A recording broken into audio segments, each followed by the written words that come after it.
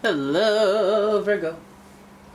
It's umomgtarot, and this is your someone secretly wishes you knew this tarot card reading.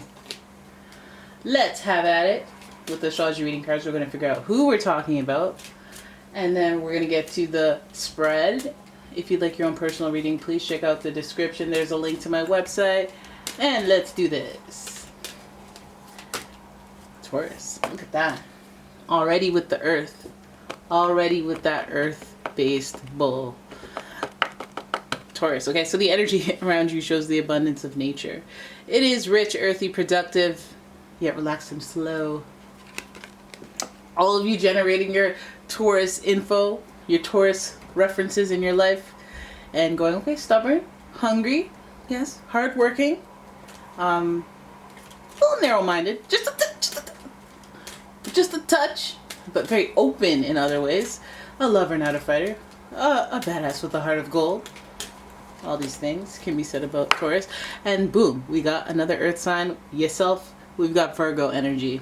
And so this energy is dutiful, hesitant, and humble. With a discriminating, diligent, and painstaking air. You know that's a code word for very, very, not judgmental, but, perfectionist, that word that they use. The critical, if you will.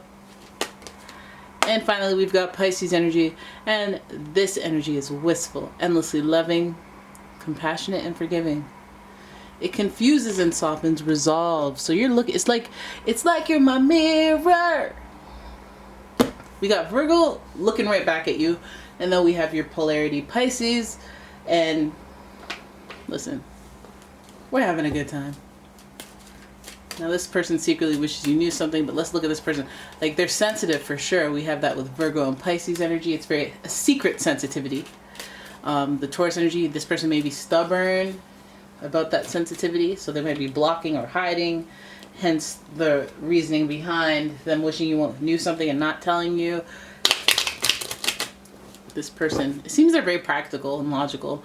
Maybe they have a hard time expressing their emotions or their sensitivities. Maybe from a earthy standpoint, that makes them feel weak, makes them feel vulnerable, and not prepared to surrender that type of control to their emotions, to anyone outside of themselves. They secretly wish you knew this, and I think we're going to touch on something they're sensitive about.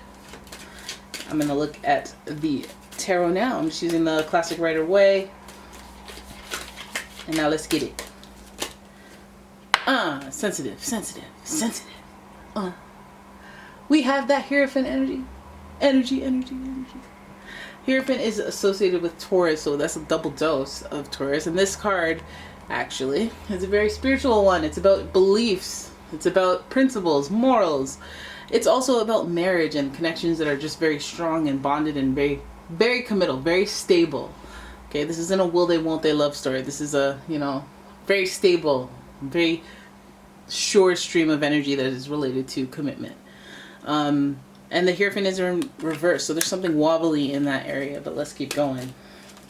And the next card is the Eight of Cups. There goes the depression, there goes the feelings that can't necessarily be resolved by, well, I guess it's gonna be resolved by itself. The attempt is there with that Eight of Cups going off, disconnecting. This person may not be in contact with you. They may just be disconnected in the realms of their water energy, so their spiritual, their beliefs, spiritual, their feelings, their emotions, all that, rom-com energy that's brought out. Now, this person also believes that they are juggling. Okay, they're needing to be nimble, and I don't think they really want to do that. So they might be, what rhymes with juggling, but is much less pleasant, struggling. Okay. So, and you see the wavy emotions that are brought to the surface from that perspective. With the Two of Pentacles in reverse. So I feel like this person is going back and forth about something, or they're just juggling two different perspectives, or even just responsibilities, something tangible. They might even be juggling two balls. Hey, two people, two things. So I want to know about that one. And then we have the Four of Swords. This person looks like I'm in a very reflective mode. I'm in a very Virgo, like, let me keep it to myself. Let me, juggle things try to balance my emotions, but I just can't seem to balance my emotions because I'm not good at that. It's not my thing.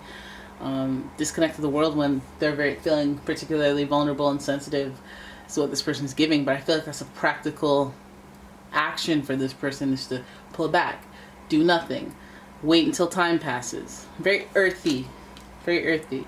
Ace of Swords, waiting for that aha, waiting for that eureka, waiting for something to make sense so that they can move forward.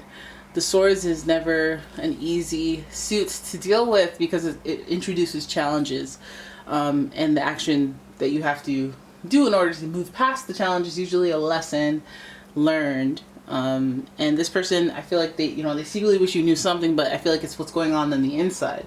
So it's like, what is it? Just how I feel? Is it just how only you know what this person would be juggling. Are they juggling you with another person? Are they juggling some sort of commitment they made to you versus a commitment they made to someone else? It doesn't have to get romantical, but it could. I mean, they're very sensitive about this, and it makes them feel like they want to disconnect and go off on their own and just, can I have a few minutes to myself type energy. I feel like the juggling is draining them. It's something that maybe in one regard they were like, oh, well, yeah, no, I can just juggle it. But then maybe it's like, no, wait, this is heavier than I thought. Oh, wait, that juggling entails way more than I thought. It's not what I expected. This person's sitting there on top of a throne, wondering how they got themselves this far, how they got themselves this deep in the situation. It's a lot of reflecting, and it's a lot of reflecting in like a negative feeling, in a feeling of doubt, in a moment of weakness, in a moment of regret, oh God, how am I going to do the next thing? It's coming from a place of like fear, or a place of just something they're very sensitive about, but they don't want to let on that they feel this way.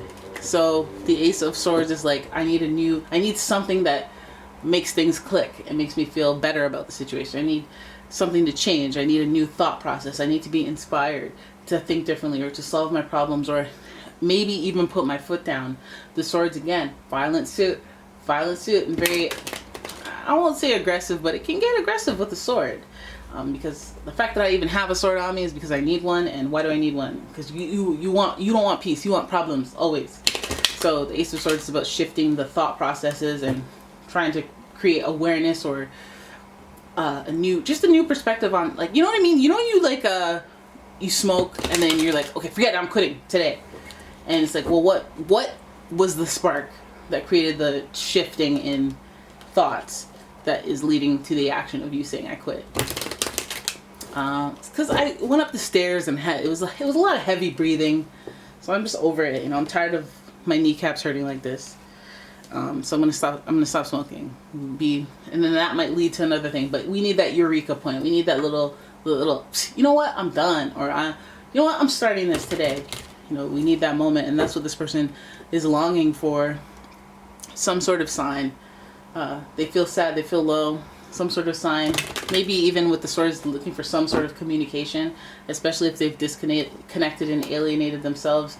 If they're off in the distance and lonely, this person may have been thinking of your commitment to them, or a commitment that has fallen through.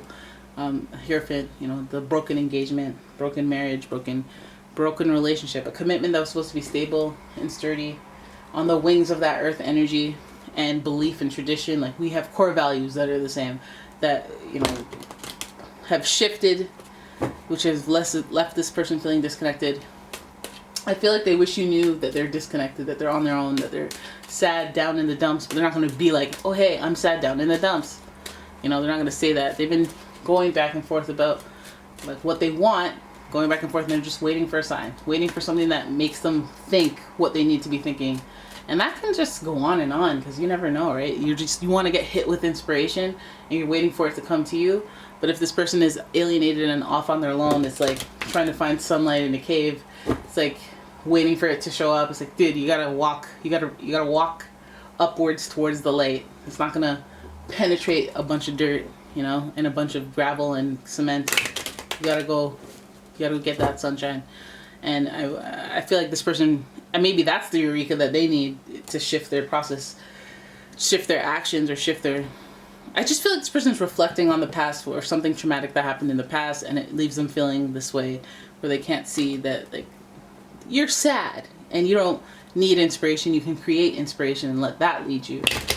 So I could understand why they wouldn't tell you that. That's pretty vulnerable, and that's, you know, if you had anything to do with this chain of events, broken engagement, broken commitment, off on my own, doing my single thing, having a hard time juggling where I am versus where I want to be, juggling what happened versus where I am now.